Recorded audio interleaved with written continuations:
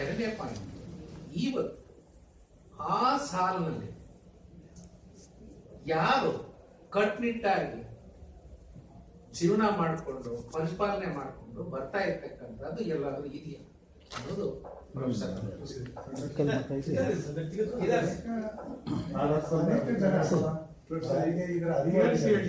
Practice ಮಾಡ್ತಾರೆ.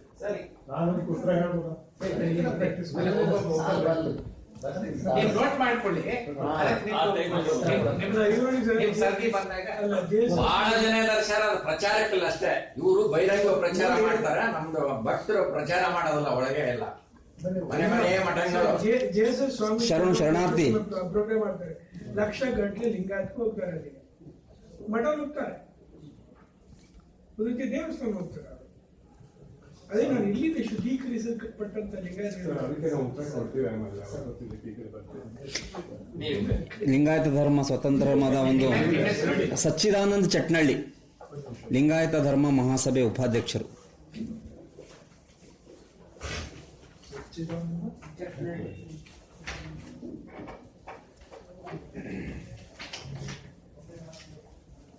ಉಪಾಧ್ಯಕ್ಷರು ಲಿಂಗಾಯತ ಧರ್ಮ ಮಹಾಸಭೆ ಬೆಂಗಳೂರು, ಬಸವಮಂಟಪ ಬೆಂಗಳೂರು.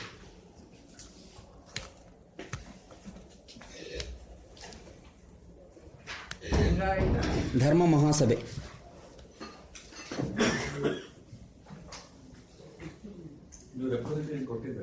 ಇದು ನನ್ನ ವೈಯಕ್ತಿಕ ಹೆಸರಲ್ಲಿ ಕೊಟ್ಟಿಲ್ಲ, ಲಿಂಗಾಯತ ಧರ್ಮ ಮಹಾಸಭೆ ಹೆಸರಲ್ಲಿ ಕೊಟ್ಟಿದ್ದು. ಧರ್ಮ ಮಹಾಸಭೆ ಸರ್, ಲಿಂಗಾಯತ ಧರ್ಮ ಮಹಾಸಭೆ ಮಹಾಸಭಾ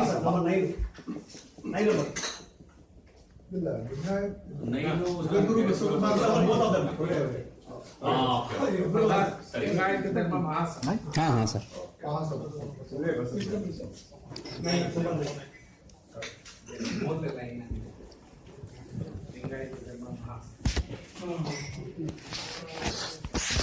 ತಜ್ಞರ ಸಮಿತಿಗೆ ನನ್ನ ಶರಣು ಶರಣಾರ್ಥಿಗಳು.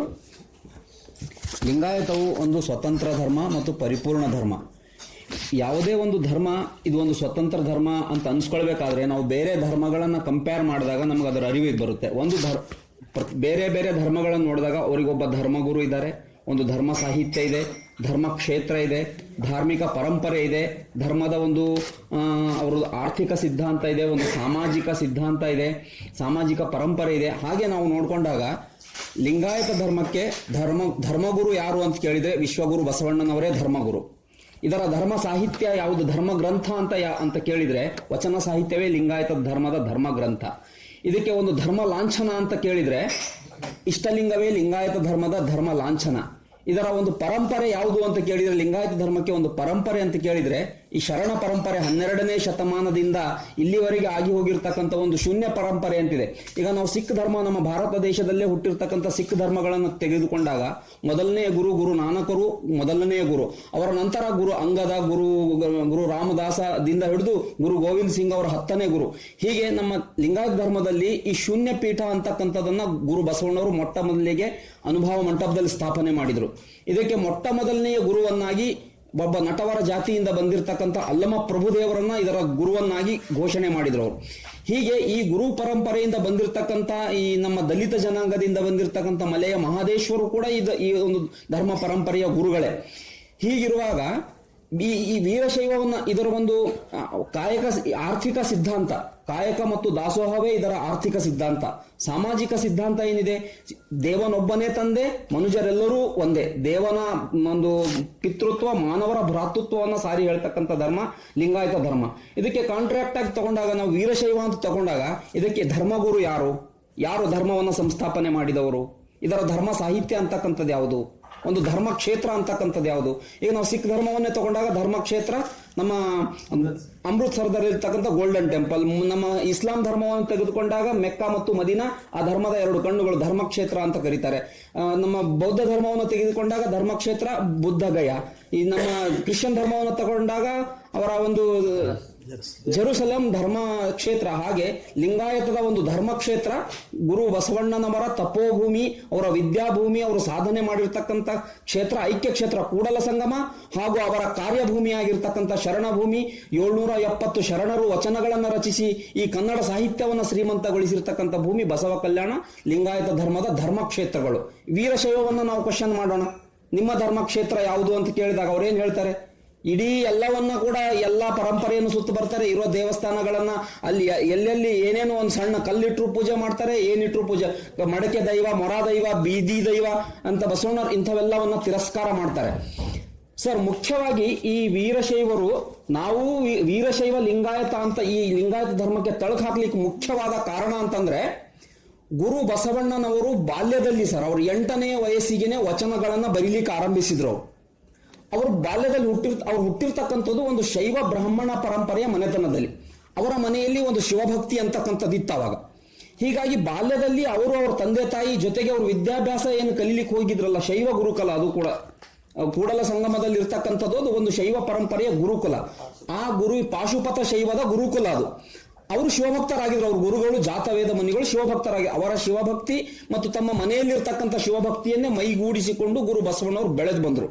ಈಗ ನಮ್ಮ ಮಕ್ಕಳು ಟಿವಿಯಲ್ಲಿ ಎಲ್ಲ ನೋಡ್ತಾರೆ ಸರ್, ಈ ಛೋಟಾ ಭೀಮ್ ಧಾರಾವಾಹಿ ನೋಡ್ತಾರೆ. ಮುಂಚೆ ಶಕ್ತಿಮಾನ್ ಧಾರಾವಾಹಿ ಬರ್ತಿತ್ತು, ಅವನ ಥರನೇ ತಿರುಗೋದು, ಅವನ ಹಾಗೆ ಬೀಳೋದು, ಕಾಪಾಡ್ತಾನೆ ಅನ್ನೋ ನಂಬಿಕೆ ಉಟ್ಕೊಂಡು ಎಷ್ಟೋ ಜನ ಮಕ್ಕಳು ಕೂಡ ಸತ್ತೋಗಿರ್ತಕ್ಕಂಥ ನಾವು ನೋಡಿದ್ದೇವೆ ಬಿದ್ದು. ಹಾಗೆ ಗುರು ಬಸವಣ್ಣನವರು ಬಾಲ್ಯದಲ್ಲಿ ಆ ಶಿವನು ಮಾಡಿರ್ತಕ್ಕಂಥ ಪವಾಡಗಳನ್ನ, ಆ ಕಥೆಗಳನ್ನ, ಶಿವ ಪರಂಪರೆಯ ಕಥೆಗಳನ್ನ ಕೇಳಿ ಬಹಳ ಪ್ರಭಾವಕ್ಕೊಳಗಾದ್ರು ಆ ಶಿವಭಕ್ತಿಯ ಪ್ರಭಾವಕ್ಕೆ. ಈಗ ಉದಾಹರಣೆಗೆ ಹೇಳೋದಾದ್ರೆ ಅವ್ರು ಹೇಳ್ತಾರೆ, ಭಕ್ತಿ ಎಂತಹುದಯ್ಯ ದಾಸಯ್ಯ ಮಾಡಿದಂತಹುದಯ್ಯ, ಭಕ್ತಿ ಎಂತಹುದಯ್ಯ ಸಿರಿಯಾಳ ಮಾಡಿದಂತಹುದಯ್ಯ, ಭಕ್ತಿ ಎಂತಹುದಯ್ಯ ಸಿಂಧು ಬಲ್ಲಾಳ ಮಾಡಿದಂತಹುದಯ್ಯ, ಭಕ್ತಿ ಎಂತಹುದಯ್ಯ ಕೂಡಲ ಸಂಗಮ ದೇವ ನೀ ಬಾಣನ ಬಾಗಿಲ ಕಾಯ್ದಂತಹುದಯ್ಯ ಅಂತಾರೆ. ಅಂದ್ರೆ ಆ ಮುಂದಿನ ಶಿವಭಕ್ತರ ಭಕ್ತಿಯನ್ನು ಹೊಗಳ್ತಾರೆ ಸರ್ ಅವ್ರು. ಎಂತ ಭಕ್ತಿ! ಆ ಸಿರಿಯಾಳ ತನ್ನ ಮಗನನ್ನೇ ಬಲಿ ಕೊಡದು, ತಲೆಯನ್ನ ಕಡ್ದು ಕೊಟ್ಟ. ಅದಕ್ಕೆ ನೀವು ಇಂಥ ಭಕ್ತಿ ಮಾಡ್ರಿ. ಇನ್ನೊಂದು ವಚನದಲ್ಲಿ ಹೇಳ್ತಾರೆ ಬಸವಣ್ಣವರು, ಶಿವನು ಜಂಗಮವಾಗಿ ಬಂದು ಬಲ್ಲಾಳನ ವಧುವ ಬೇಡಿದ, ಕೊಟ್ಟ ಬಲ್ಲಾಳ ಸ್ವಯಲಿಂಗಿಯಾದ, ಇದು ಕಾರಣ ಅಲ್ಲಿಯೂ ಲೇಸು ಇಲ್ಲಿಯೂ ಲೇಸು ಕೊಡಿರೇ ನಮ್ಮ ಕೂಡಲ ಸಂಗನ ಶರಣರಿಗೆ. ಅಂದ್ರೆ ಓಂ ನಮ ಶಿವ ಎಂಬ ಮಂತ್ರವ ಮೀರಲಮ್ಮದೆ ನಿಂದವು ವೇದ, ಓಂ ನಮ ಶಿವ ಎಂಬ ಮಂತ್ರವ ಮೀರಲಮ್ಮದೆ ನಿಂದವು ಶಾಸ್ತ್ರ ಅಂತ ಶಿವಭಕ್ತಿಯನ್ನ ಬಾಲ್ಯದಲ್ಲಿ ಅವ್ರು ಮೈಗೂಡಿಸ್ಕೊಂಡು ಬೆಳೆದ್ರು. ಆದ್ರೆ ಅವ್ರು ಪ್ರೌಢರಾದಾಗ ಇವರ ಒಂದು ಭಕ್ತಿಯನ್ನ ತಿರಸ್ಕರಿಸ್ತಾರೆ. ಮುನ್ನಿನವರು ಹೋದ ದಾರಿ ಭಯ ಕಾಣಿರಣ್ಣ, ದಾಸನ ವಸ್ತ್ರವ ಸೀಳಿದಂದಿನಿಂದ ಭಯ ಕಾಣಿರಣ್ಣ, ನಮ್ಮ ಸಿರಿಯಾಳನ ಮಗನ ಬೇಡಿದಂದಿನಿಂದ ಭಯ ಕಾಣಿರಣ್ಣ, ಬಲ್ಲಾಳನ ವಧುವ ಬೇಡಿದಂದಿಂದ ಭಯ ಕಾಣಿರಣ್ಣ, ಅಘಟಿತ ಘಟಿತರು ಅನುಪಮ ಚರಿತರು ಕೂಡಲ ಸಂಗನ ಶರಣರು ನಡೆದ ದಾರಿ ಭಯ ಕಾಣಿರಣ್ಣ. ಆ ದಾರಿ ಭಯ ಇದೆ, ಶಿವಭಕ್ತಿಯ ದಾರಿ, ಅದು ಭಯಾನಕವಾಗಿರ್ತಕ್ಕಂಥ ದಾರಿ ಇದೆ, ಅದು ಬೇಡ. ಅದಕ್ಕಾಗಿ ಅವರು ಹೊಸದಾಗಿರ್ತಕ್ಕಂಥ ಲಿಂಗಾಯತ ಧರ್ಮವನ್ನ ಸ್ಥಾಪಿಸಿದ್ರು. ಅವರ ವಿಚಾರಧಾರೆಯಲ್ಲಿ ಎಲ್ಲಾ ಬದಲಾವಣೆ ಆಗೋಯ್ತು. ಈ ಫಸ್ಟ್ ಬಾಲ್ಯದಲ್ಲಿ ಅವರು ಅದನ್ನು ಹೊಗಳಿದರು. ನಂತರ ಹೇಳ್ತಾರೆ, ಆನೆ ಭಂಡಾರ ಲಾಯದ ಕುದುರೆಯ ಬೇಡುವರಿಲ್ಲದೆ ಬಡವಾದೆನಯ್ಯ, ಬೇಡುವುದೇನು ದೇವ ಮುನ್ನ ಬೇಡಿದೆ ಬಲ್ಲಾಳನ ವಧುವನು, ಇನ್ನೂ ಬೇಡಿದಡೆ ನಿಗಳವನಿಕ್ಕುವೆ, ಬೇಡಿದ ಶರಣರಿಗೆ ಇಲ್ಲನ್ನದಿದ್ದಡೆ ತಲೆದಂಡ ಕೂಡಲ ಸಂಗಮ ದೇವ ಅಂದ್ರು. ಅಂದ್ರೆ ನೀ ಧರ್ಮಸಮ್ಮತವಾಗಿರ್ತಕ್ಕಂಥದ್ದನ್ನ, ನ್ಯಾಯಸಮ್ಮತವಾಗಿರ್ತಕ್ಕಂಥದ್ದನ್ನ ನಾವು ಬೇಡಿದ್ರೆ ಕೊಡ್ತೀವಿ. ಆದ್ರೆ ಅವತ್ತು ನೀನು ಏನು ಇದು ಈ ಬಲ್ಲಾಳನ ವಧುವಿನ ಪ್ರಸಂಗ ಅಂತಂದ್ರೆ ಏನು, ಈ ಶಿವಭಕ್ತಿ ಪರಂಪರೆ, ಪರಂಪರೆ, ವೀರಶೈವ ಪರಂಪರೆ, ಈ ಜಂಗಮರು ಏನ್ ಮಾಡ್ತಿದ್ರು, ಈ ಅನಾಚಾರಗಳನ್ನು ಮಾಡ್ತಿದ್ರು ಬಹಳ. ಅವಾಗ ಸಿಂಧು ಬಳ್ಳಾಳನ ಹತ್ರ ಬರ್ತಾನೆ ಒಬ್ಬ ಜಂಗಮ, ಅವನು ಕಿಂಗ್, ರಾಜ. ಅವನು ನಾನು ಪ್ರಸಾದ ಮಾಡಿದ್ಮೇಲೆ ನಾನು ಹೆಣ್ಣಿಲ್ದೆ ನನ್ನ ಜೊತೆ ಮಲಗಿದವನಲ್ಲ ಅಂತಾನೆ. ಎಲ್ಲರೂ ಅಂತ ನಿನ್ಸಿದ, ಇಲ್ಲ ನನಗೆ ಅಂತಃಪುರದ ರಾಣಿ ನಿನ್ನ ಹೆಂಡತಿನೇ ಬೇಕು ಅಂತ ಕೇಳ್ತಾರ. ಅವಾಗ ಕೇಳಿದಾಗ ನನ್ನ ಶಿವಭಕ್ತಿ ಧಕ್ಕೆ ಬರಬಾರ್ದು ಅಂತ ಆ ರಾಜ ಬಲ್ಲಾಳ ದೇವ ತನ್ನ ಹೆಂಡತಿಯನ್ನ ಕಳಿಸ್ಕೊಡ್ತಾನೆ. ಕಥೆಯಲ್ಲಿ ಏನ್ ಬರುತ್ತೆ, ಮರುದಿನ ಬೆಳಿಗ್ಗೆ ಆ ಬಲ್ಲಾಳ ದೇವನ ಹೆಂಡತಿ ಹತ್ರ ಶಿವನು ಮಗುವಿನ ರೂಪವನ್ನು ತಾಳಿ ಮೊಲೆ ಹಾಲನ್ನು ಕುಡಿತಾ ಇದ್ದಂತ ಕಥೆ ಬರ್ತದೆ. ಇದು ಅನಂತರದೇನು. ಆದ್ರೆ ಬಸವಣ್ಣವರು ಇದನ್ನು ತಿರಸ್ಕರಿಸ್ತಾರೆ, ಇದು ಅನುಚಿತವಾಗಿರ್ತಕ್ಕಂಥ ಭಕ್ತಿ ಅಂತ ಹೇಳ್ಬಿಟ್ಟು.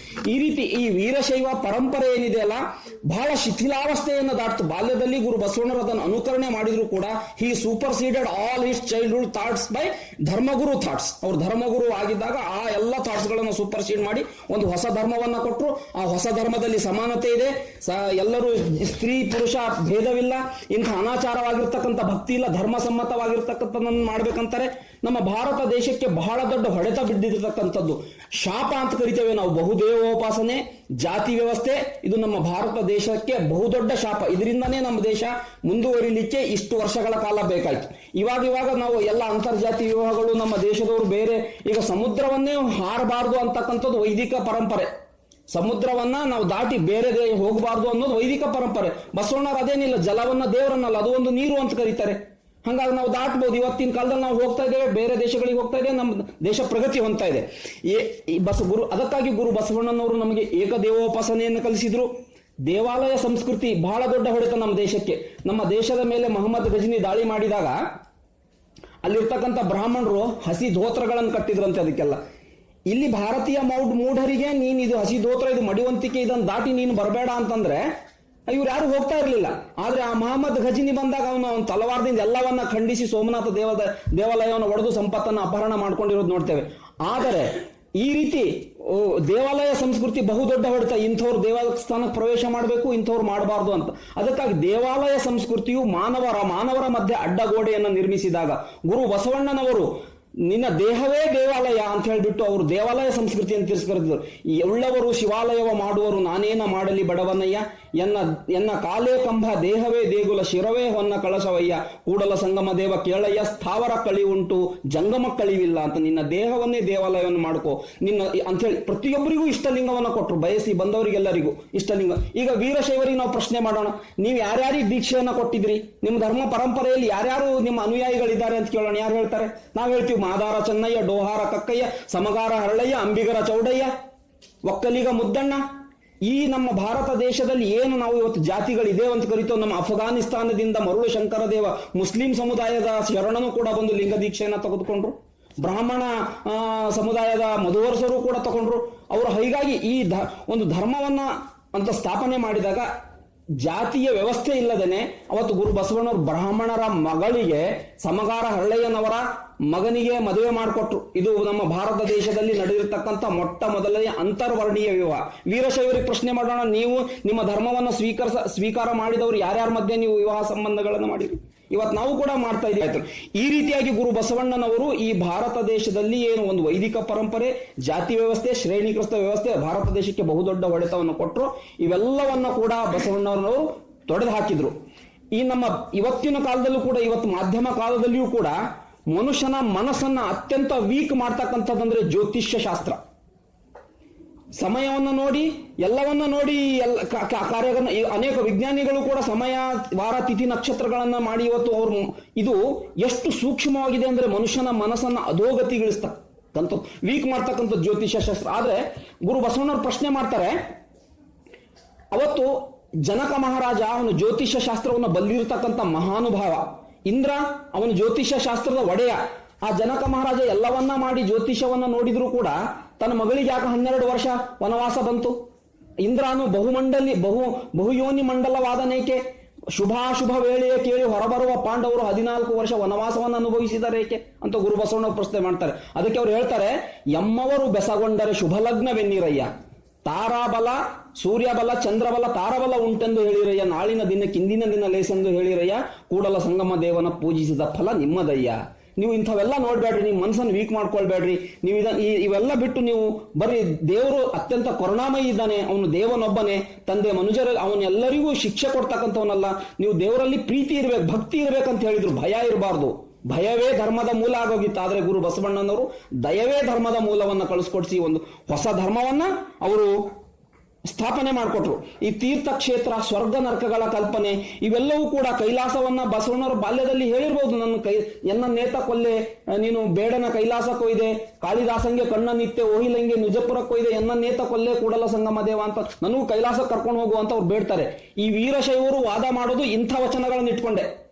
ಶಿವಭಕ್ತಿ, ಕೈಲಾಸ ಇಂಥ ಬಾಲ್ಯದಲ್ಲಿ ಬಸವಣ್ಣವ್ರು ಹೊಗಳಿದಾರೆ, ಇಲ್ಲ ಅಂತಲ್ಲ. ಆದ್ರೆ ಪ್ರೌಢರಾದ್ಮೇಲೆ ಕೈಲಾಸವೆಂಬುದೇನೋ ಭೂಮಿಯ ಮೇಲಿನವನ್ನು ಹಾಳು ಮೊರಡಿ ಕಾಣಿರಣ್ಣ, ಅಲ್ಲಿರುವ ಗಂಗೆ ವಾಳುಕ ಸಮಾರುದ್ರರಿಗೂ ಲಯ ಉಂಟು, ಇದು ಕಾರಣ ತುಟ್ಟ ತುದಿಯ ಬೆಟ್ಟ ಬಯಲ ಮೆಟ್ಟಿನಿಂದ ಕೂಡಲ ಸಂಘ ನಿಮ್ಮ ಶರಣ ಅಂತಾರೆ.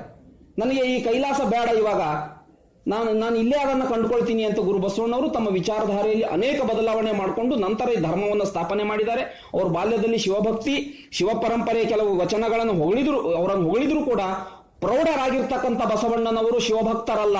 ಲಿಂಗಾಯತ ಧರ್ಮದ ಚಳುವಳಿಯು ಶಿವಭಕ್ತಿಯಿಂದ ಆರಂಭವಾದರೂ ಕೂಡ ಅದು ಲಿಂಗದೇವ, ಪರಮಾತ್ಮ, ಏಕೈಕ ಗಾಡ್, ಜನರೇಟರ್, ಆರ್ಗನೈಸರ್, ಡೆಸ್ಟ್ರಾಯರ್ ಅಂತ ಗಾಡ್ ಡೆಫಿನೇಷನ್ ಅಂತ ದೇವನ ಒಂದು ಅಸ್ತಿತ್ವದಲ್ಲಿ ನಂಬಿಕೆ ಇಟ್ಟಿರ್ತಕ್ಕಂಥ ಕಾರಣದಿಂದ ಲಿಂಗಾಯತ ಧರ್ಮ ಸ್ವತಂತ್ರ ಧರ್ಮ ಆಗುತ್ತೆ. ಬಾಲಕ ಬಸವಣ್ಣನವರು ಬಾಲ್ಯದಲ್ಲಿ ಶಿವಭಕ್ತಿಯನ್ನು ಆಚರಿಸಿದ್ರು ಕೂಡ ಅವರು ಧರ್ಮಗುರು ಬಸವಣ್ಣನವರು ಶಿವಭಕ್ತರಲ್ಲ. ಅವರು ಲಿಂಗಾಯತ ಧರ್ಮದ ಧರ್ಮ ಸಂಸ್ಥಾಪಕರು, ದೇವಭಕ್ತರವರು. ದೇವರಿಗೆ ಭಕ್ತರಾಗಿರ್ತಕ್ಕಂಥ ಎನ್ನ ಗುರು ಪರಮಗುರು ನೀನೇ ಕಂಡಯ್ಯ ಅಂತ ದೇವರಿಗೆ ಶಿಷ್ಯರಾಗಿರ್ತಕ್ಕಂಥವ್ರು ಗುರು ಬಸವಣ್ಣವರು. ಈ ಕಾರಣಕ್ಕಾಗಿ ವೀರಶೈವ ಅಂತಕ್ಕಂಥದ್ದು ನಾವು ಅದನ್ನ ಇನ್ನೊಂದು ಮುಖ್ಯವಾಗಿ ಸರ್, ತಾವೆಲ್ಲರೂ ಕೇಳಿರ್ತಕ್ಕಂಥ ಪ್ರಶ್ನೆಗಳಿಗೆ ನಾನೇ ಉತ್ತರ ಹೇಳ್ತೇನೆ. ಯಾಕೆ ಈ ಗೊಂದಲ ಉಂಟಾಯಿತು ಅಂತಂದ್ರೆ, ಲಿಂಗಾಯತ ಧರ್ಮ 12ನೇ ಶತಮಾನದಲ್ಲಿ ಸ್ಥಾಪನೆ ಆದಾಗ ಇದು ಶುದ್ಧ ಸಸ್ಯಾಹಾರಿ ಧರ್ಮ. ಲಿಂಗಾಯತ ಧರ್ಮ ದಯವೇ ಸಕಲ ಜೀವಾತ್ಮರಿಗೆ ಲೇಸನ್ನೇ ಬಯಸುವ ಕೂಡಲ ಸಂಗನ ಶರಣರೇ ಕುಲಜರು, ಸಸ್ಯಾಹಾರಿ ಧರ್ಮ. ಅವತ್ತಿನ ಕಾಲದಲ್ಲಿ ಸಸ್ಯಾಹಾರಿಗಳು ಬಹುಸಂಖ್ಯಾತದಲ್ಲಿ ಸಸ್ಯಾಹಾರಿಗಳಿದ್ದರು. ಶೈವ ಮಾರ್ಗದವರು ಬಹುಸಂಖ್ಯಾತರು ಸಸ್ಯಾಹಾರಿಗಳಿದ್ರು. ಆ ಶಿವಭಕ್ತಿಗೂ ಮತ್ತು ಈ ಲಿಂಗಾಯತರ ದೇವಭಕ್ತಿಗೂ ಸ್ವಲ್ಪ ಸಾಮ್ಯತೆ ಇದೆ, ಬಹಳ ವ್ಯತ್ಯಾಸ ಇದೆ. ಆ ಸ್ವಲ್ಪ ಸಾಮ್ಯತೆಯನ್ನು ನೋಡಿಕೊಂಡು ಬಹುಸಂಖ್ಯಾತ ಶೈವರು ಲಿಂಗಾಯತ ಧರ್ಮವನ್ನು ಸ್ವೀಕರಿಸಿದ್ರು, ಇಷ್ಟಲಿಂಗಧಾರಿಗಳಾದ್ರು. ನಂತರ ಪರಂಪರೆಯಲ್ಲಿ ಏನಾಯ್ತು, ಈಗ ಎಲ್ಲರೂ ಆ ಲೆವೆಲ್ಗೆ ಮೆಂಟಾಲಿಟಿ ಬೆಳೆಸ್ಕೊಂಡವ್ರು ಇರೋದಿಲ್ಲ. ಲಿಂಗಾಯತ ಧರ್ಮವನ್ನು ಪರಿಪೂರ್ಣವಾಗಿ ತಿಳ್ಕೊಂಡು ಆಚರಣೆ ಮಾಡೋರು ಇರೋದಿಲ್ಲ. ನಂತರದ ಕಾಲದಲ್ಲಿ ಏನ್ ಮಾಡಿದ್ರು ಗುರು ಬಸವಣ್ಣನವರು, ಅದು ಕಲ್ಯಾಣ ಕ್ರಾಂತಿ ಅಂತಕ್ಕಂಥ ಬಹಳ ದೊಡ್ಡ ಒಂದು ದುರ್ಘಟನೆ ಆಗೋಯ್ತು. ಸಡನ್ ಆಗಿ ಬಸವಣ್ಣವರ ಒಂದು ಧರ್ಮ ತತ್ವ ಉತ್ತುಂಗಕ್ಕೆ ನಿಲ್ಲುವ ಸಂದರ್ಭದಲ್ಲಿ ಕಲ್ಯಾಣ ಕ್ರಾಂತಿ ಆಗೋಯ್ತು. ಎಲ್ಲಾ ಶರಣರು ಚದುರಿದ್ರು. ವಚನ ಸಾಹಿತ್ಯ ಅಂತಕ್ಕಂಥದ್ದು ಒಂದು ಮೂಲೆ ಗುಂಪಾಯಿತು. 18ನೇ ಶತಮಾನದವರೆಗೆ ಫಗು ಹಳಕಟ್ಟಿಯವರು ವಚನಶಾಸ್ತ್ರ ಸಾರ ಒಂದು 1921ರಲ್ಲಿ ಪ್ರಕಟ ಮಾಡುವವರೆಗೆ ವಚನ ಸಾಹಿತ್ಯ ಮೂಲೆ ಗುಂಪಾಯಿತು. ಹೀಗಾಗಿ ಈ ವಚನ ಸಾಹಿತ್ಯ ಯಾರಿಗೂ ಗೊತ್ತೇ ಇಲ್ಲ, ಅರಿವೇ ಇಲ್ಲ. ಹೀಗಾಗಿ ಮತ್ತೆ ಆ ಮೂಲ ಶೈವದ ಆಚರಣೆಗಳನ್ನೇ ಶೈವರು ಆಚರಿಸಿಕೊಂಡು ಬಂದರು. ಆ ಏನು ಬಸವಣ್ಣನವರು ಸ್ವಚ್ಛಗೊಳಿಸಿ ಲಿಂಗಾಯತ ಧರ್ಮ ಏನು ಸ್ವತಂತ್ರವಾಗಿ ಸ್ಥಾಪನೆ ಮಾಡಿದ್ರು, ಶೈವದ ಆಚರಣೆಗಳನ್ನ ಇವರೆಲ್ಲರೂ ತಂದು ಧರ್ಮದಲ್ಲಿ ತುರುಕಿದ್ರು. ಹೀಗಾಗಿ ಆ ಶೈವರು ನಂತರ ಬಹುಸಂಖ್ಯಾತರಾಗಿ ಇದಕ್ಕೆ ವೀರಶೈವ ಲಿಂಗಾಯತ ಧರ್ಮ ಅಂತ ಹೆಸರಿಡ್ರಿ ಅಂತ ಅವರು ಒಂದು ಬಯಕೆ. ಆದರೆ ಶೈವರು ಮೂಲತಃ ಲಿಂಗಾಯತ ಧರ್ಮಕ್ಕೆ ಬಂದು ಸೇರ್ಪಡೆಯಾದವರು. ಇವಾಗ ನಾವು ಲಿಂಗಾಯತ ಕಬ್ಬಲಿಗ, ಲಿಂಗಾಯತ ಕುರುಬ, ಲಿಂಗಾಯತ ಹಡಪದ, ಲಿಂಗಾಯತ ಅಗಸ, ಎಲ್ಲ ಜಾತಿಗಳನ್ನು ಲಿಂಗಾಯತ ಉಪಜಾತಿಯಲ್ಲಿ ನಾವು ಗುರುತಿಸ್ತೇವೆ. ಎಲ್ಲರೂ ಇದ್ದಾರೆ. ಹಾಗೆ ವೀರಶೈವರಿಗೆ ನಾವು ಹೇಳೋಣ, ನೀವು ಎಲ್ಲಾದರೂ ಕುರುಬ ವೀರಶೈವ ಇದ್ದಾರಾ? ಎಲ್ಲಾದರೂ ಕುರುಬದಲ್ಲಿ ಸಮಗಾರ ಇದ್ದಾರ, ವೀರಶೈವ ಸಮಗಾರ ಇದ್ದಾರಾ? ಎಲ್ಲೂ ಇಲ್ಲ. ಲಿಂಗಿ ಬ್ರಾಹ್ಮಣರು ಅಂತ ಕರ್ಕೋತಾರೆ. ಅವರು ತಮ್ಮನ್ನ ಮೇಲ್ಜಾತಿಗೆ ಸಮೀಕರಿಸ್ಕೊಳ್ಳಿಕ್ಕೆ ನೋಡಿದ್ರೆ ಹೊರತು ಗುರು ಬಸವಣ್ಣವ್ರ ಜೊತೆ ಸಮೀಕರಿಸಲಿಕ್ಕೆ ಅವ್ರು ಹೋಗ್ಲೇ ಇಲ್ಲ. ಹೀಗಾಗಿ ಪಂಚಾಚಾರ್ಯರು ಅಂತ ಹುಟ್ಕೊಂಡ್ ಬಿಟ್ರು. ಕಪೋಲ ಕಲ್ಪಿತವಾಗಿರ್ತಕ್ಕಂಥವ್ರು, ಭಕ್ತರ ತಲೆ ಮೇಲೆ ಕೈ ಇಡೋದು ಅಷ್ಟೇ, ಅವ್ರಿಗೆ ಧರ್ಮ ಬೋಧನೆ ಇಲ್ಲ. ಎಲ್ಲ ಮತ್ತೆ ಮೌಢ್ಯ ಆಚರಣೆಗಳನ್ನೇ ಅವ್ರು ಮಾಡ್ಕೊಂಡು ಬಂದ್ರು. ಧರ್ಮಕ್ಕೆ ಸಮ್ಮತವಾಗಿರ್ತಕ್ಕಂಥ ನಾವು ಇಲ್ಲಿ ಪ್ರತಿಯೊಂದು ವಚನ ನಮ್ಮ ಸಾಹಿತ್ಯ, ಲಿಂಗಾಯತ ಧರ್ಮದ ಧರ್ಮ ಗ್ರಂಥ ವಚನ ಸಾಹಿತ್ಯ. ನಾವೇನೇ ಲಿಂಗಾಯತ ಧರ್ಮದ ಡೆಫಿನೇಷನ್ ಮಾಡ್ಬೇಕಂದ್ರೂ ಕೂಡ ಇವತ್ತು ನಾವು ವಚನ ಸಾಹಿತ್ಯ ಇಟ್ಕೊಂಡೇ ಮಾಡ್ಬೇಕು. ತಾವು ಕೇಳಿದ್ರು ಸರ್, ಇವತ್ತು ಅನೇಕ ಜನ ಲಿಂಗಾಯತರು ಮನೆಗಳಲ್ಲಿ ಶುದ್ಧ ಧರ್ಮ ಆಚರಣೆ ಮಾಡಲ್ಲ ಅಂತ. ಇವಾಗ ನಮ್ಮ ಭಾರತದ ಸಂವಿಧಾನ ಹೇಳುತ್ತೆ ಕಳವು ಮಾಡಬಾರ್ದು, ಕೊಲೆ ಮಾಡಬಾರ್ದು, ಏನೇ ಮಾಡಬಾರ್ದು ಅಂತ ಹೇಳುತ್ತೆ. ಆದ್ರೆ ಅನೇಕ ಜನ ಕೊಲೆಗಡಕರಿದ್ದಾರೆ, ಕೊಲೆ ಪಾತಕರಿದ್ದಾರೆ, ಜೈಲುಗಳಿದ್ದಾವೆ, ಅದಕ್ಕಾಗಿ ಶಿಕ್ಷೆ ಇದೆ. ಹಾಗೆ ಲಿಂಗಾಯತ ಧರ್ಮ ಅಂತಕ್ಕಂಥದ್ದು ಅಶುದ್ಧಗೊಂಡಿದೆ. ಅಶುದ್ಧ ಆಚರಣೆ ಮಾಡೋರಿಗೆ ಶಿಕ್ಷೆನೂ ಇದೆ. ಅದು ದೇವ್ರ ಶಿಕ್ಷೆ ಕೊಡ್ತಾನೆ, ಅದಕ್ಕೆ ಬಸವಣ್ಣರು ಶಿಕ್ಷೆ ಕೊಡ್ತಾರೆ. ಬಸವಣ್ಣರು ಹೇಳ್ತಾರೆ, ಅಂಗ ಕಟ್ಟಿದ ಲಿಂಗವ ಬಿಟ್ಟು ಬೆಟ್ಟದ ಲಿಂಗಕ್ಕೆ ಹೋಗಿ ಅಟ್ಟಡಿಯಾಗಿ ಬೀಳುವ ಲೊಟ್ಟೆ ಮೂಲನ ಕೊಂಡರೆ ಮೆಟ್ಟಿದ ಎಡಪಾದ ರಕ್ಷೆಯಿಂದ ಲೊಟಲೊಟನೆ ಹೊಡಿಯಂದ ನಮ್ಮ ಅಂಬಿಗರ ಚೌಡಯ್ಯ ಅಂತ ಬಸವಾದಿ ಶರಣರ ಸಮಕಾಲೀನರು ಹೇಳೋರು. ಅಂಗದ ಮೇಲೆ ಲಿಂಗ ಸಾಹಿತ್ಯವಾದ ಬಳಿಕ ಸ್ಥಾವರ ದೈವ ಕೆರಗಲಾಗದು. ತನ್ನ ಪುರುಷನ ಬಿಟ್ಟು ಅನ್ನ ಪುರುಷನ ಸಂಘ ಸಲ್ಲುವುದೇ. ಕರಸ್ಥಲದ ದೇವನಿದ್ದಂತೆ ಧರೆಯ ಮೇಲಣ ಪ್ರತಿಷ್ಠೆಗೆರಗಿದಡೆ ನರಕದಲ್ಲಿಕ್ಕುವ ಕೂಡಲ ಸಂಗಮ ದೇವ. ಇದು ಧರ್ಮಶಾಸ್ತ್ರ. ನಮ್ಮ ಸಂವಿಧಾನದಿಂದ ನಮ್ಮ ಭಾರತ ದೇಶದ ಆಚಾರ ವಿಚಾರಗಳನ್ನು ನಾವು ಹೇಗೆ ವ್ಯಾಖ್ಯಾನ ಮಾಡ್ತೇವೋ ಹಾಗೆ ಲಿಂಗಾಯತ ಧರ್ಮವನ್ನ ಗುರು ಬಸವಣ್ಣನವರು ಹಾಗೂ ಅವರ ಸಮಕಾಲೀನ ಶರಣರು ಬರೆದ ವಚನಗಳಿಂದಲೇ ಲಿಂಗಾಯತ ಧರ್ಮಕ್ಕೆ ನಾವು ವ್ಯಾಖ್ಯಾನ ಮಾಡಿದ್ರೆ ಅದು ಶುದ್ಧ ಲಿಂಗಾಯತ ಧರ್ಮ, ಕೇವಲ ಲಿಂಗಾಯತ ಧರ್ಮ. ಅದು ವೀರಶೈವ ಲಿಂಗಾಯತವೂ ಅಲ್ಲ, ಮತ್ಯಾವುದಲ್ಲ, ಲಿಂಗಾಯತವು ಅದು ಸ್ವತಂತ್ರ ಧರ್ಮ ಅಂತಕ್ಕಂಥದ್ದು ನಮಗೆ ಮನದಟ್ಟಾಗುತ್ತೆ. ಸಾಕಷ್ಟು ವಿಚಾರ ಇದೆ. ತಾವು ಸಮಯವನ್ನ ನಿರ್ಬಂಧಿಸೋದ್ರಿಂದ ಇಷ್ಟೇ ನನ್ನ ಮಾತುಗಳಂತ ಮುಂದಿಡ್ತೇನೆ. ಶರಣು. ನಿಮ್ಗೆ ಒಂದು ಪ್ರಶ್ನೆ. ಬಸವಣ್ಣವರು ಮತ್ತು ಎಲ್ಲ ವಚನಕಾರರು ವೈದಿಕೀಯ ಧರ್ಮವನ್ನ ವಿರೋಧಿಸಿ, ಹೌದು ಸರ್, ಜಾತಿ ಪದ್ಧತಿಯನ್ನ ವಿರೋಧಿಸಿ. ಆದ್ರೆ ಅವ್ರಿಗೆ ಇನ್ನೊಂದು ಧರ್ಮನ ಹುಟ್ಟಾಕ್ಬೇಕು, ಇನ್ನೊಂದು ಜಾತಿಯನ್ನು ಹುಟ್ಟಾಕ್ಬೇಕು ಅಂತಕ್ಕಂಥ ಕಲ್ಪನೆ ಅವರಲ್ಲಿ ಇತ್ತು ಸರ್. 100% ಖಂಡಿತ. ಅವ್ರು ಹೇಳ್ತಾರೆ ಈಗ ಒಬ್ಬ ಧರ್ಮಗುರು ನಾವು ನೋಡ್ಕೊಂಡಾಗ ಒಂದು ಧರ್ಮದ ಪರಂಪರೆ, ಜೀಸಸ್ ಎಲ್ಲೂ ನಾನೊಂದು ಧರ್ಮ ಕೊಟ್ಟಿದ್ದೀನಿ ಅಂತ ಹೇಳಿಲ್ಲ ಸರ್. ಮೊಹಮ್ಮದ್ ಪೈಗಂಬರ್ ನಾನೇ ಒಂದು ಧರ್ಮ ಕೊಟ್ಟಿದ್ದೀನಿ, ನೀವು ಇದರ ಅನುಯಾಯಿಗಳ ಆಗಿ ಅಂತ ಎಲ್ಲೂ ಹೇಳಿಲ್ಲ. ಗುರುನಾನಕರು ನಾನೊಂದು ಧರ್ಮ ಕೊಟ್ಟಿದ್ದೀನಿ, ನೀವು ಬಂದು ಸೇರ್ಕೊಳ್ಳಿ ಅಂತ ಎಲ್ಲೂ ಹೇಳಿಲ್ಲ. ಬೌದ್ಧನು ನಾನೊಂದು ಧರ್ಮ ಕೊಟ್ಟಿದ್ದೀನಿ, ನೀವು ಬಂದು ಸೇರ್ಕೊಳ್ಳಿ ಅಂತ ಎಲ್ಲೂ ಹೇಳಿಲ್ಲ ಸರ್. ಅದೇ ರೀತಿ ಧರ್ಮಗುರು ಬಸವಣ್ಣವರು ಅವ್ರು ಹೇಳ್ತಾರೆ, ಹಲವು ಕೊಂಬಿಗೆ ಹಾಯಲು ಬೇಡ, ಬರುಗ ಏಕೆ ಕೊಟ್ಟು ನೀಡಲು ಬೇಡ, ಭಾವ ತಪ್ಪಿದ ಬಳಿಕ ಏಗೈದಡಾಗದು ಕೂಡಲ ಸಂಗನ ಕೈಯಲ್ಲಿ ಈಸುವುದೆನ್ನ ಭಾರ. ಅಂದ್ರೆ ನೀವು ದೇವರನ್ನು ನಂಬಿ ಈ ಒಂದು ಪರಂಪರೆಗೆ ಬನ್ನಿ, ನಾನು ನಿಮಗೆ ನಾನು ಅಭಯ ಕೊಡ್ತೇನೆ, ಇದರಲ್ಲಿ ಎಲ್ಲವೂ ಇದೆ ನಿಮಗೆ ಅಂತ ಅವರು ಅಭಯ ಕೊಡ್ತಾರೆ. ಈಗ ನಮ್ಮ ಯಾರು ಮೊಹಮ್ಮದ್ ಪೈಗಂಬರ್ ಅವರು ಒಂದು ಬೋಧನೆಯನ್ನ ಮಾಡ್ತಾ ಹೋದ್ರು ಸರ್. ಅವರ ಶಿಷ್ಯ ವರ್ಗ ನಂತರದಲ್ಲಿ ಬಂದಿರ್ತಾರೆ. ಹಾ, Jesus Christ want a casteless society. Yes, sir. His followers build a caste. Prophet want to build a casteless society. His followers build a caste. Basavana also wanted to establish a casteless society. He established also. He want to establish. Sir. But his followers build a caste. We want to destroy that casteism by recognizing Lingayitism as an independent religion, sir. We are recognizing a caste. ಧರ್ಮ Basava don't want. ಇಲ್ಲ sir, ಧರ್ಮ ಅಂತಕ್ಕಂಥದ್ದು ಈಗ ನೋಡಿ, ಇವತ್ತಿನ ಕಾಲಕ್ಕೆ ತಕ್ಕಂತೆ ಎಲ್ಲವೂ ಒಂದು ಸೌಲಭ್ಯಗಳ ಮೇಲೆ ಡಿಪೆಂಡ್ ಆಗಿರೋದ್ರಿಂದ ಒಬ್ಬ ದಲಿತ ಸರ್ ಈ ಧರ್ಮ ಸ್ವೀಕರಿಸಬೇಕಂದ್ರೆ ಯೋಚನೆ ಮಾಡ್ತಾನೆ ಸರ್. ನಾನು ಲಿಂಗಾಯತ ಧರ್ಮ ಸ್ವೀಕರಿಸಿದರೆ ನನಗಿರ್ತಕ್ಕಂಥ ಸೌಲಭ್ಯ, ನನ್ನ ಮಕ್ಕಳಿಗೂ ವಿದ್ಯಾಭ್ಯಾಸಕ್ಕೆ ಇರ್ತಕ್ಕಂಥ ಸೌಲಭ್ಯ ತಪ್ಪಿ ಹೋಗುತ್ತಲ್ಲ ಅಂತ ಅವನು ಯೋಚನೆ ಮಾಡ್ತಾನೆ. ಆದ್ರೆ ಅವನ ಹಸಿವಿದೆ. ಅಂಬೇಡ್ಕರ್ ಅವರು ಹೇಳಿದ್ರು ಸರ್, ನಾನು ದಲಿತನಾಗಿ ಹುಟ್ಟಿದ್ದೇನೆ, ಆದ್ರೆ ದಲಿತನಾಗಿ ನಾನು ಸಾಯೋದಿಲ್ಲ ಅಂತ ಹೇಳ್ಬಿಟ್ಟು ಅವ್ರು ಬೌದ್ಧ ಧರ್ಮ ಸ್ವೀಕಾರ ಮಾಡಿದ್ದಾರೆ. ಹಾ ಸರ್, ಬಸವಣ್ಣವ್ರು he wanted to establish a religion sir. ಅವ್ರು ಇಷ್ಟ ಅಂಬೇಡ್ಕರ್ ಅವರು ಧರ್ಮ ನಿರಾಕರಣೆಯನ್ನು ಮಾಡಿಲ್ಲ. ಹೌದು. ಆದ್ರೆ ಹಿಂದೂ ಧರ್ಮದಲ್ಲಿ ದಲಿತರಿಗೆ ಆಗ್ತಕ್ಕಂಥ ಅನ್ಯಾಯನ ಪ್ರತಿಭಟಿಸಿ, ಹೌದು ಹೌದು, ವಿರೋಧಿಸಿ. ಹೌದು. ಆದ್ರೆ he was not anti religion ಇರಲಿಲ್ಲ sir. therefore he went to another religion. ಹೌದು ಸರ್, ಅದು ಬೇರೆ. ಹೌದು. ನನ್ನ ಪ್ರಶ್ನೆ ಆಗಲ್ಲ. ನನ್ನ ಪ್ರಶ್ನೆ, Basava wanted to oppose seriously the ವೈದಿಕ ಧರ್ಮ. ಹೌದು ಸರ್, ಅದರಲ್ಲಿ ಎರಡನೇ ಮಾತೆ. ಹೌದು sir. He opposed the caste system and its social economic disastrous consequences in India. ಹೌದು ಸರ್.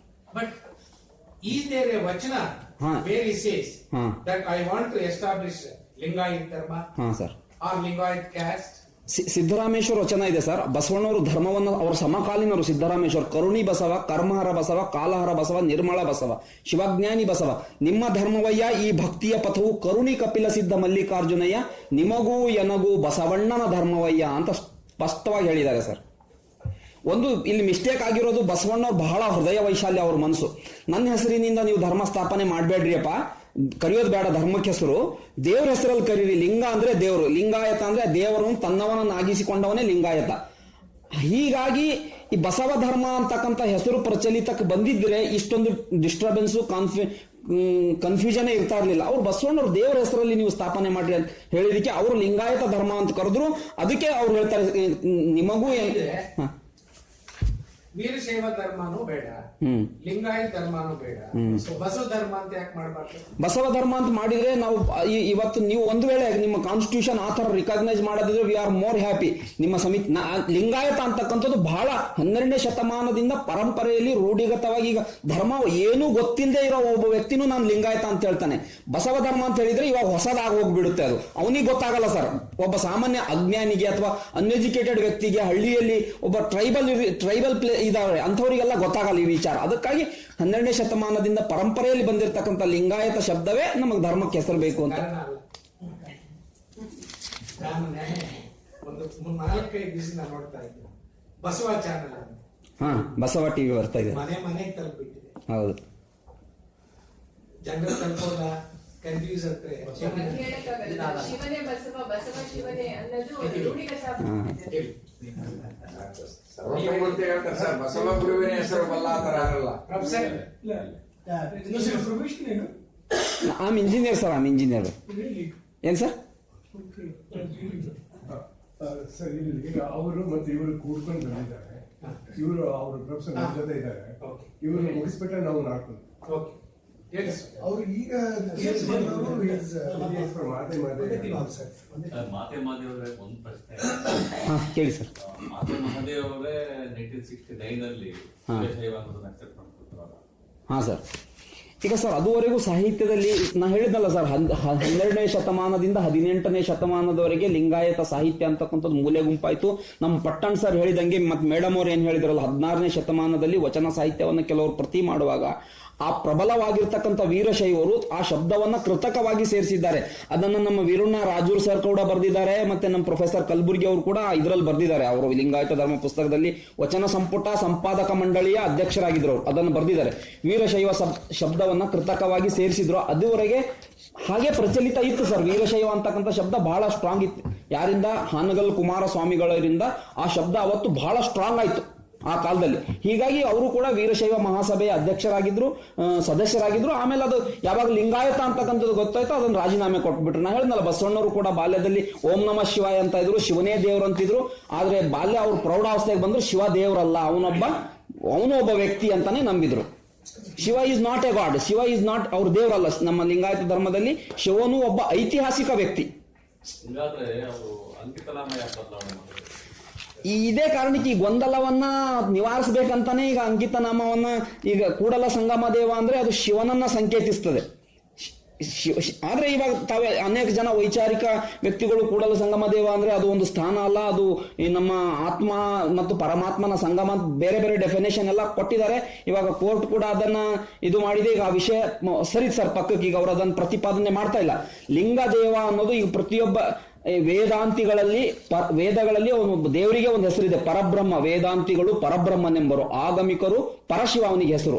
ಆಮೇಲೆ ಅಲ್ಲಹ, ಯಹೋವ, ಸುಪ್ರೀಂ ಗಾಡ್ ಅಂತ ದೇವರಿಗೆ ಹಂಗೆ ಹೆಸರಿದ್ದಂಗೆ ಗುರು ಬಸವಣ್ಣನವರು ತಮ್ಮ ವಚನಗಳಲ್ಲಿ ದೇವರಿಗೆ ಒಂದು ಸ್ಪೆಸಿಫಿಕ್ ಆದ ಹೆಸರಿಂದ ಕರೆದಿದ್ದಾರೆ. ಹಾಗೆ ಆ ಹೆಸರೇ ಲಿಂಗದೇವ. ಆ ಕಾರಣಕ್ಕೆ ದೇವರಿಗೆ ಈಗ ಸರ್ ಫಾರ್ ಎಕ್ಸಾಂಪಲ್ ನಾನು ಹೇಳ್ತೀನಿ, ಬಸವಣ್ಣವ್ರ ವಚನನೇ ನಾನು ಹೇಳ್ತೀನಿ ಸರ್ ಇಲ್ಲಿ. ಏನು ಗಂಗೆಯನ್ನು ತಲೆ ಮೇಲೆ ಧರಿಸಿದವನು, ಸುಳಿಪಲ್ಲ ಗೊರವನು, ಇಂಥವನ್ನೆಲ್ಲ ನಾನು ಗೌರಿ ಎನ್ನುವ ಬನ್ನಿರಿ ಅಂತ ಆ ದೇವರು ವರ್ಣನೆ ಮಾಡ್ತಾರೆ. ಕೆಲವು ಶಿವನ ವರ್ಣನೆ ಹೇಗಿತ್ತು, ಕೊರಳಲ್ಲಿ ಹಾವು ಸುತ್ತಿದವನು, ಆ ವಚನ ನಂಗೆ ಸಡನ್ ಆಗಿ ನೆನಪು ಬರ್ತಾ ಇಲ್ಲ, ಹಾಗೆಲ್ಲ ವರ್ಣನೆ ಮಾಡ್ತಾರೆ. ಕೊರಳಲ್ಲಿ ಲಿಂಗ ಇಲ್ಲಿ ಸಡನ್ ಆಗಿ ಇಲ್ಲೇ ಒಂದೇ ಸೆಕೆಂಡ್ ಸರ್, ಒಂದು ಸೆಕೆಂಡ್.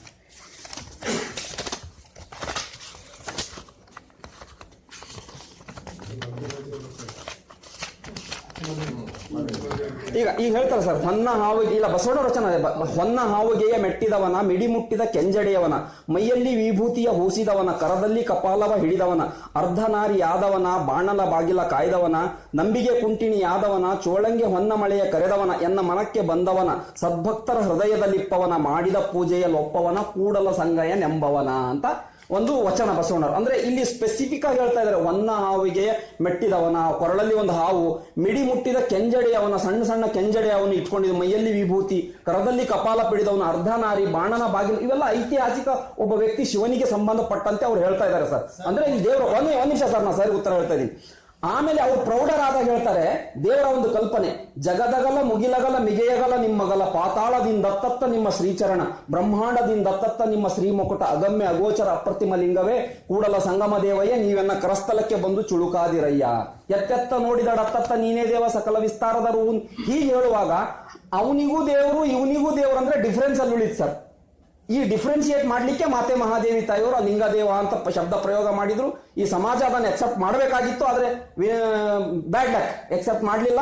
ಓಕೆ, ನಾವು ಕೂಡಲ ಸಂಗಮ ದೇವನ್ನೇ ಈ ರೀತಿ ಕ್ಲಾಸಿಫಿಕೇಶನ್ ಮಾಡಿದೀವಿ ಸರ್. ಇವಾಗ ಬಾಲ್ಯದ ವಚನಗಳು ಪ್ರೌಢ ಧರ್ಮಗುರುವಾಗಿ ಬರೆದಿರ್ತಕ್ಕಂಥ ವಚನಗಳು. ಈಗ ನಮ್ಮ ಲಿಂಗಾಯತ ಧರ್ಮ